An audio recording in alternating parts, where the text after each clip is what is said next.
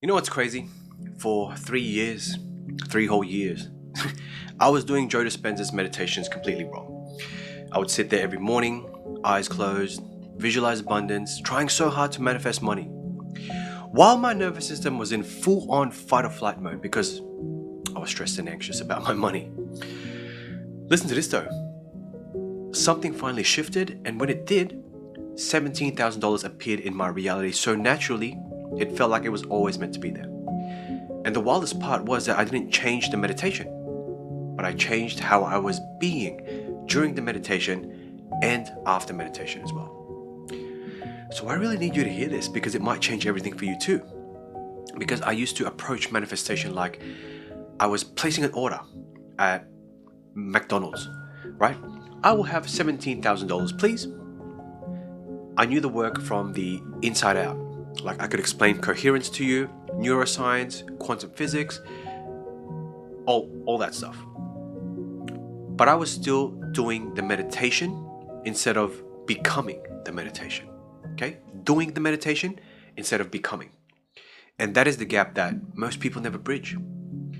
That space between intellectual understanding and embodied knowing, feeling it in your cells. And I was stuck there too, until I experienced the space between thoughts. Not in my head, but actually feeling it, experiencing it. And this is subtle. And this nuanced shift that's honestly hard to put in words, but I'm going to try my best. Because once I got this, manifestation stopped being something that I was trying to force, and it became something that I was allowing to happen through me. And that is a great place to be. So I want to show you exactly what changed for me, because there's this refined breath technique that took my practice deeper than ever before. And I actually realized what I did after meditation was actually far more important than the meditation itself. And I also learned how to exist in possibility rather than probability. And there is a massive difference between those two states. And then the $17,000 showed up when I completely let go of needing it to appear. Because I found a way to maintain those elevated emotions without manufacturing them, feeling like they're forced. Because there is a subtle but profound difference between wanting and having. And I missed it completely. I missed it entirely. So let's get into it. Put some notes, write some notes and apply this knowledge, because the first shift happened when I realized the difference between doing meditation and becoming the meditation. Sounds crazy, right?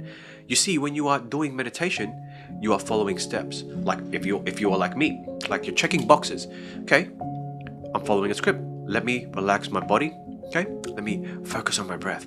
Okay, now it's time to generate gratitude. All right, it's time to visualize my future. It's mechanical, it's intellectual, and it's separate from who you are.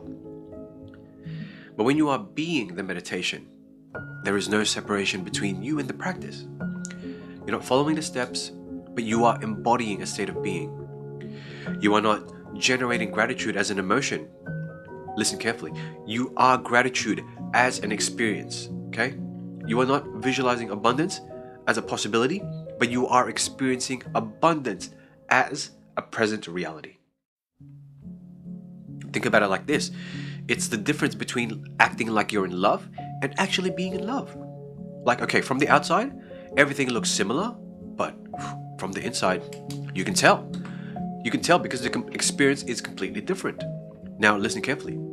The universe responds to that internal experience. Wild. This is why we need to become no body, no one, no thing, nowhere in no time. But I had been interpreting that intellectually. I thought it meant I needed to visualize myself as being no body, nowhere. But that's still doing. That's still me trying to imagine being nobody. Do you see the subtle differences? So my practice changed when I stopped trying to become nobody and simply allowed myself to be. Stop trying to force a state instead surrender to what was already there beneath all my trying. Wild stuff. Okay, how can I say this differently? Alright, listen to this. It is the difference between trying to clear the clouds from the sky and simply recognizing that the clear sky is already there, behind all the clouds. Okay? Well, I had been trying to create a state that was already available to me if I would just stop trying so damn hard. And the shift from doing to becoming wasn't dramatic or sudden. It was subtle.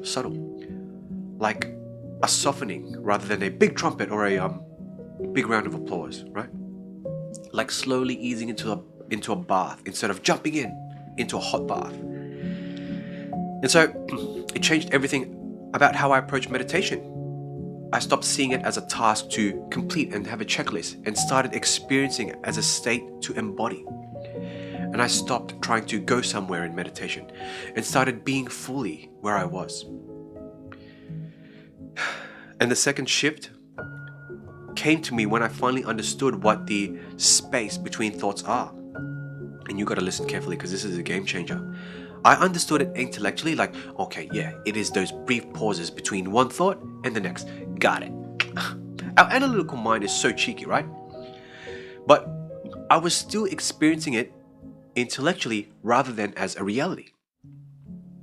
Because I was still identifying with my thoughts. I was the thinker of my thoughts. I was the generator of my emotions, and I was the doer of my actions. So there was no space between me and my experience at all. But then something shifted. During one meditation, I noticed a gap, a pause between one thought and the next. And in that pause, I experienced something crazy. I was still there, even when thought wasn't. Okay? Sounds obvious, but it was revolutionary. I realized I was not my thoughts. I wasn't this voice in my head, but I was an awareness in which thoughts appear. I was a space in which experience happens. It's like I had been watching a movie my whole life, completely identified as the main character. Like, this guy is me. I feel everything he feels. I want everything he wants. I fear what he fears. And then suddenly, I realized I wasn't even the character at all. Listen carefully. I was the screen on which the movie was playing. Sounds crazy, right? But in that space, that gap in between thoughts, I found freedom that I had never known before. I found peace that wasn't dependent on circumstances. Now that's huge for me. I found abundance that wasn't tied to my bank account. Because it's our natural state of being. We are naturally abundant. Like a fish who had been searching for water his whole life, not realizing this fish is already swimming in the water. You know what I mean? So the space between thoughts are always there, even for you. I just hadn't noticed them because, too busy thinking, too busy analyzing stuff, analyzing away. All right, so this one's my favorite. So listen carefully. I realized that consistency in coherence mattered far more than how long I meditated. This one was a huge relief for me. I believe that longer meditations, so much better. If 30 minutes of meditation is good, surely 1 hour, so much better. Oh, okay. If an hour is good, surely 2 hours is better, right? And then I realized I was in a constant state of meditation FOMO, feeling like I wasn't doing enough.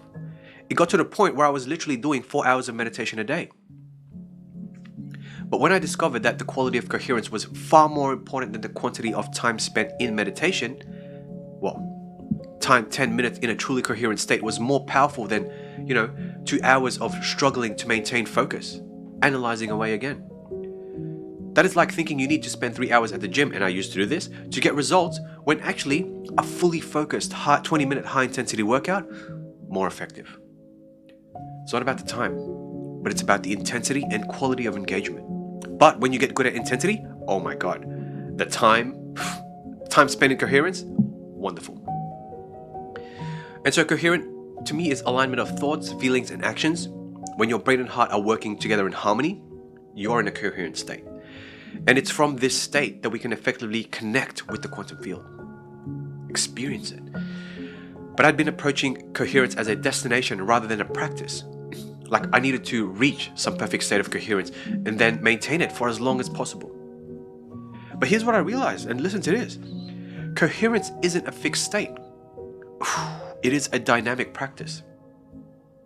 Think about it like this. It's not about how long you can balance on one foot.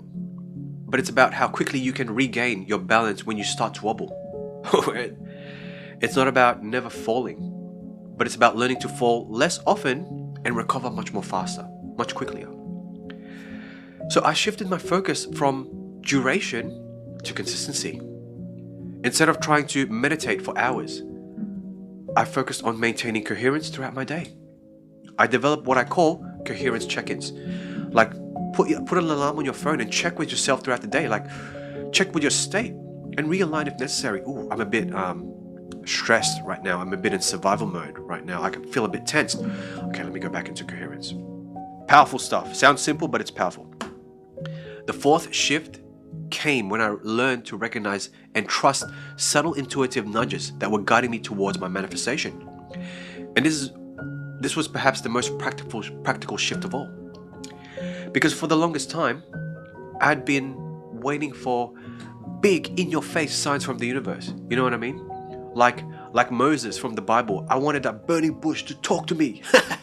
I wanted money to fall from the sky.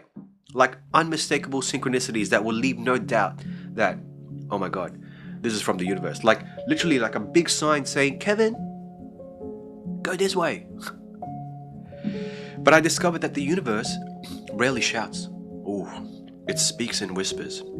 It speaks in subtle nudges, gentle inclinations, quiet knowings. And I'd been missing these subtle signals because I was waiting for something big and dramatic.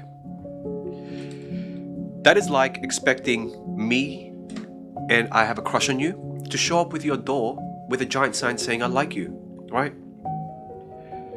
When the universe is actually giving you, when I'm actually giving you subtle hints and you're missing it completely, like, hey, you want to grab coffee sometime? Oh, I really enjoy talking to you. And I know we've all been there. I know we've all been there, and here we are thinking, oh my God, I wish they'd give me a sign. Now listen to this. When you are in a coherent state, we become so much more receptive to that information from the field. I develop what I call the side effect of paying attention, which is an increased awareness of those subtle signals that are always guiding us. But I had been interpreting this literally. Like I thought it meant I would suddenly develop psychic abilities or have crazy lucid dreams where something would be revealed to me, right? I was waiting for information to come in dramatic ways. Are you following this? This is a revelation. So what I discovered instead was that the information was already there in the form of small, subtle, intuitive nudges. A random thought to call someone, an interesting topic to explore, a gentle pull towards a particular opportunity. Like these aren't big signs, but they were quiet invitations. And when I started paying attention to those subtle nudges, without needing to know where they were actually leading me, oh my God, that's when magic started happening. Like what I was talking about when I got lost, right? When you are lost, when you are in the unknown, oh my God, you're out of a program. That's what I mean by that. Okay. All right, let's get into the good stuff and write this down because I want to share this refined breath technique that took my meditation practice to a new level. Now, this is not just another breathing exercise, but let's say it's a gateway to that space between thoughts that we were talking about earlier. So, Dr. Joe often guides us to breathe in our heart center, like imagine energy moving in and out while you focus on it, right? But I had been approaching this mechanically as well. I was approaching it as a visualization exercise rather than a embodied practice. Okay, now listen to this. When I stopped trying to visualize the breath and started actually feeling it, not imagining energy moving in and out, but experiencing the subtle sensations of energy in my body. Okay, listen carefully, and you need to write this down or do it with me. Start by placing your awareness in your heart center. Not thinking about the heart, but actually feeling the sensations in that area of your body. Feel that subtle pulse, maybe a warmth, a slight expansion or tingling, or even a contraction. That's okay. Then as I inhale and follow that breath, feel that energy moving up the spine. Literally feel the sensation of your breath. Like notice the subtle sensations coming along the back, that slight straightening of my posture, that gentle expansion of my chest. Okay? And as you exhale, Feel that energy flowing down the front of your body, through your face, throat and chest, abdomen, whatever. Notice the subtle relaxation, the gentle releases. That quiet surrender. See? It's like a literally moment-to-moment experience instead of just thinking about it. Okay, in and out, it's still in my mind. And here's the key. In that pause between exhale and the next inhale, I rest in that space between thoughts. I don't try to create the gap. I simply notice the gap that's already there. I'm not trying to empty my mind. I simply rest in the awareness that's already present. And this subtle shift from visualizing breathing to feeling breathing, from trying to create a gap to noticing the gap, transformed my meditation practice from a mental exercise to an embodied experience. And it was in this embodied experience that I rendezvoused, met with the generous present moment. That timeless space where manifestation happens not as a future event, but as a present reality, right now. Beautiful, right? Now, let's talk about what you do after meditation, because I discovered that maintaining my state after meditation was more important than the meditation itself. Like, meditation for me is fun now. It's a time for me to just sink in and relax. But game is on when I open my eyes. Think about it like this. If meditation is like charging your phone, what matters isn't how long you charge it, but how you use that charge throughout your day. Okay, I know you're getting this because I know you love your phone. You can charge your phone for hours, but if you immediately start playing games or film videos or some dumb shit that wastes your battery will run out fast. Similarly, you can meditate for hours, reach beautiful coherent states, but if you immediately jump back into stress, worry, survival emotions, old patterns, oh my god, you are going to drain that coherent energy so rapidly. That is taking like a hot shower or a invigorating shower and then pouring mud on yourself. Like, what's the point? What is the point? So I started what I'm doing called maintenance practices. Simple techniques to maintain the coherence throughout the day. And these practices were important to my $17,000 manifestation because first, I created a transition ritual between meditation and my day. Instead of jumping straight from meditation to checking my email, all right, let's start ticking off these to-do lists, right? I would take 5 to 10 minutes to journal about my experience, write the state I accessed, the insights I received, and how I intended to carry that energy into my day. Secondly, I would set up what I call coherence triggers. Throughout my day, specific cues that would remind me to check my state, realign if necessary. Like every time my phone buzzed with a notification, instead of immediately checking it, alright, let me take a big deep breath first before I check this notification. Alright, I feel a bit relaxed. Every time I would walk through a door, I have conditioned myself to symbolize the door as a symbol for me to as a symbol to, I'm walking into a new state. I'm walking into a new moment. Okay? What state do you want to walk in through that door? Third, and this is the most important one, I practice being aware of my thoughts and emotions throughout the day. I would notice when I was slipping into old patterns, worry, stress, working harder, like feeling myself rushing for something, like for no apparent reason. Instead of identifying with these thoughts and emotions though, instead of becoming them, I would observe them from that space between thoughts that we talked about earlier. Like, okay, oh shit, I'm rushing again. Where are you rushing, homie? Right? Okay, you know what I mean? Why are you rushing to the gym? Why are you rushing to get some work done? Or if I'm feeling a bit anxious of that future, what's this feeling? It is like watching a storm from inside a house instead of standing in the rain. Like the storm is still happening, but you're not getting wet. You're observing it from a place of safety and comfort. Okay, now I want to talk about the shift that led to my $17,000 manifestation. And it was learning to exist in possibility rather than probability. And this is so important, so pay attention. Probability is based on the past. It's looking at what has happened before, and then you calculate the likelihood of similar events happening again, right? That is like living in memory rather than imagination. It's the realm of the known, the predictable, the familiar. Possibility, though, is not constrained by the past. It is the realm of what could be, regardless of what has been. It's living from imagination rather than memory. It is the realm of the unknown. It's the difference between ordering the usual at the restaurant, right? I'll have the usual, please. Versus trying something new on the menu. Probability is ordering the same dish you've always gotten because you know you like it. Possibility is ordering something you've never tried before and opening yourself up to a new experience. This is what thinking greater than your environment is. Because our environment, our current circumstances, past experiences, the people, situations around us, are all reinforcing probability. They all pull us back into familiar patterns, automatic programs, based on what has happened before. But manifestation happens in the realm of possibility, not probability. And it happens when you step beyond the known into the unknown, when we think greater than our environment. That is why it's such a blessing to be lost, because now you have to pay attention. You have to be so present because you don't want to get even more lost. And it might lead you to something amazing.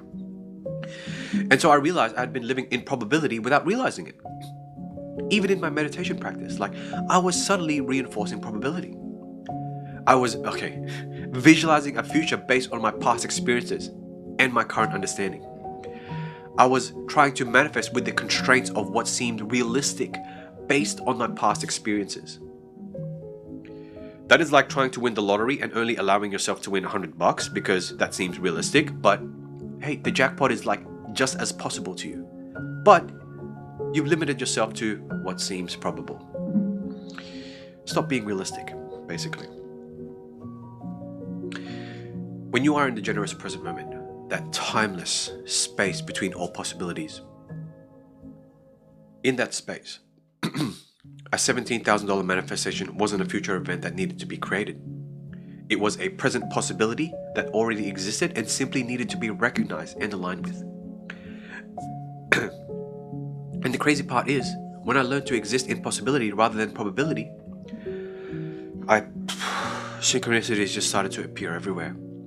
Because opportunities that I couldn't have planned or predicted or trying to cultivate in probability because of my past experiences, it started to emerge naturally. Connections that seemed random turned out to be perfectly aligned with my manifestation. The key was learning to notice these synchronicities without ruining them with my old patterns of thinking. Whenever I get a synchronicity, I would have to observe them from that space between thoughts without immediately analyzing, judging, or trying to control that synchronicity. I had to let them unfold naturally rather than trying to force them into my, preconceived ideas of how manifestation would work. That is like getting a text from someone you're interested in, and then you overthink the response. You overthink it so much that you ruin that natural flow of conversation, right? You ask ChatGPT what you should respond with. Sometimes you just need to respond authentically without strategizing or even overthinking what you want to respond. So, you might be wondering, how did that $17,000 actually manifest? Well, I'm going to tell you, it wasn't through some dramatic single event. You know what I mean? It wasn't like a lottery winning, an inheritance or something. It was through a series of aligned opportunities that emerged naturally when I was living in possibility rather than probability. Okay. $5,000 came from a new client who found me through my Instagram, and I never used my Instagram. I think it's been 4 months since I posted there. And $7,000 came from a speaking gig that I did last minute. The last $5,000 came from co-facilitating a retreat from a friend who needed what I facilitate in real life. Now, none of these events were things I mentally rehearsed during meditation, or I didn't try to manifest it. You know what I'm saying? They emerged naturally when I was in a coherent state, following those subtle intuitive nudges and living in possibility rather than probability. Now, listen to this. The manifestation felt effortless compared to my old attempts, right?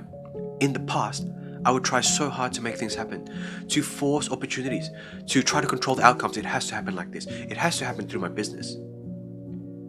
And those didn't do shit for me. It just actually created more resistance for me, because whenever I would work on my business, I would be like, oh, my manifestation's not working. It's not happening how I mentally rehearsed it.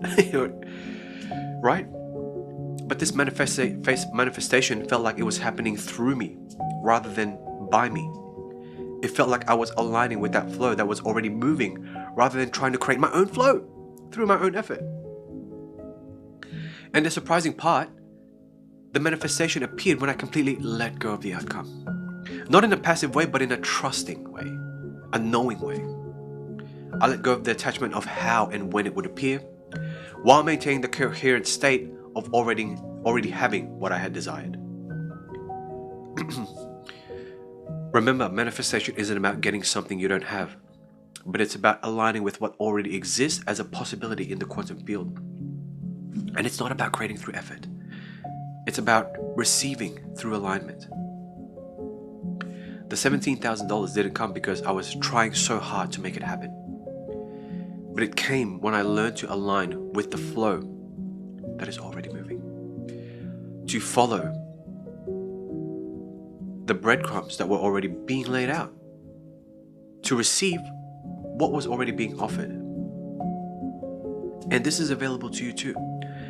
Not because you need to perfect some technique or follow some formula, but because it's the natural result of aligning with who you truly are, beyond your limited patterns of thinking and being, beyond the stories that you may have, unfortunately believed about yourself.